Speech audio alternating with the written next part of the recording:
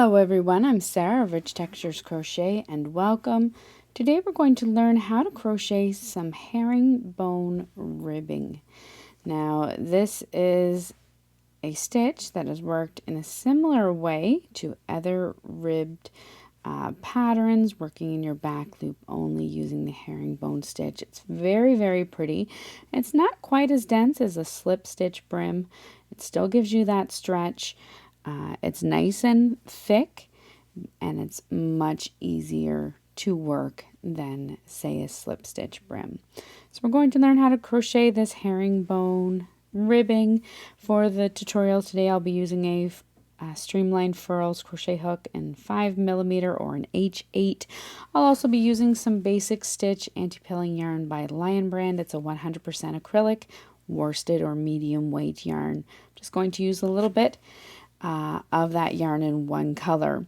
You'll find links to these items in the description of this video. Also down in the description you'll find a direct link to the free written instructions, which are on richtexturescrochet.com. So thank you so much for joining me.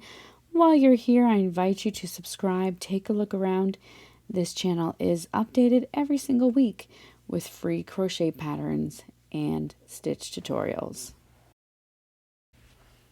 Now our stitch today is worked in rows. You're going to start by making a slip knot and then by working a foundation chain.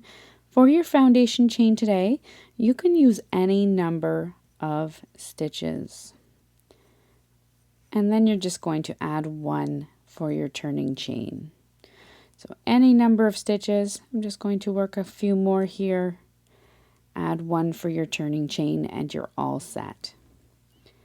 Now for our ribbing, we're going to begin by working a single crochet into the second chain from our hook. We're then going to work a herringbone stitch into each stitch all the way across.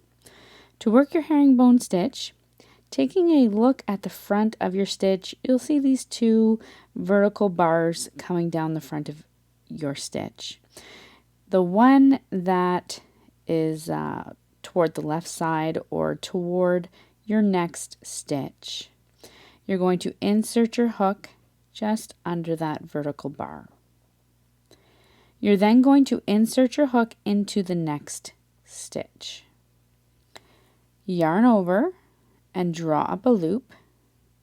You'll have 3 loops on your hook. Yarn over and pull through all 3 loops. That's your herringbone stitch. You're going to repeat that in each stitch all the way across. So once again, begin by inserting your hook under that vertical bar of your previous stitch that is closest to the next stitch in your foundation chain. Then insert your hook into the next stitch of your foundation chain, yarn over, and draw up a loop. 3 loops on your hook, yarn over, and pull through all 3 loops. You're going to repeat that all the way across.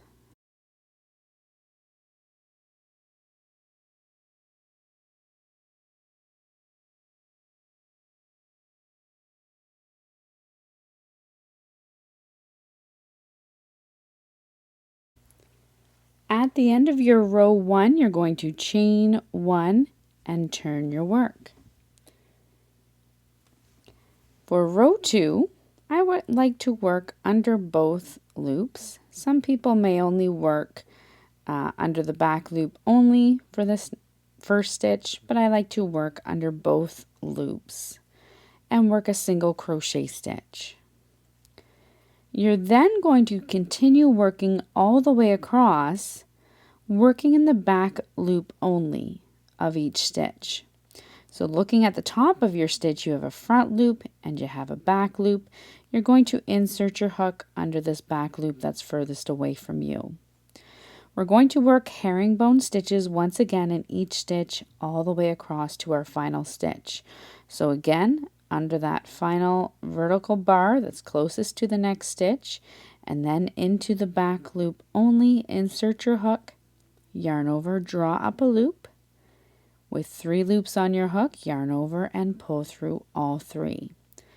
You're going to repeat that all the way across until you have 1 stitch remaining. Under the vertical bar, into the back loop only of the next stitch, yarn over, draw up a loop, and complete the stitch all the way across.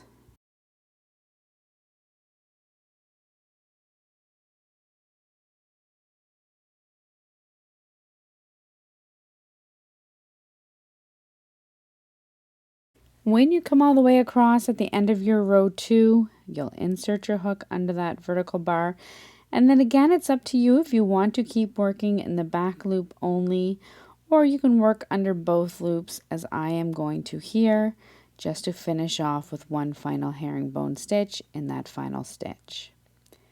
You're then going to chain 1 and turn your work. Now for the rest of the pattern, that is it. You're going to work a single crochet into your first stitch, either under both loops or your back loop only, and then work herringbone stitches in the back loop only of each stitch all the way across. When you come to the final stitch, you'll chain 1 and turn your work and repeat. That's all there is to working this ribbing stitch, which is a great stitch for edging or for hat brims, you name it. You can use this stitch in multiple ways.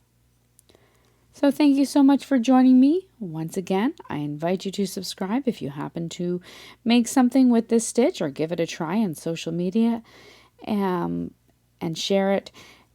Please feel free to tag Rich Textures Crochet. I always love to come by and admire your work. Until next time, happy crocheting. Bye.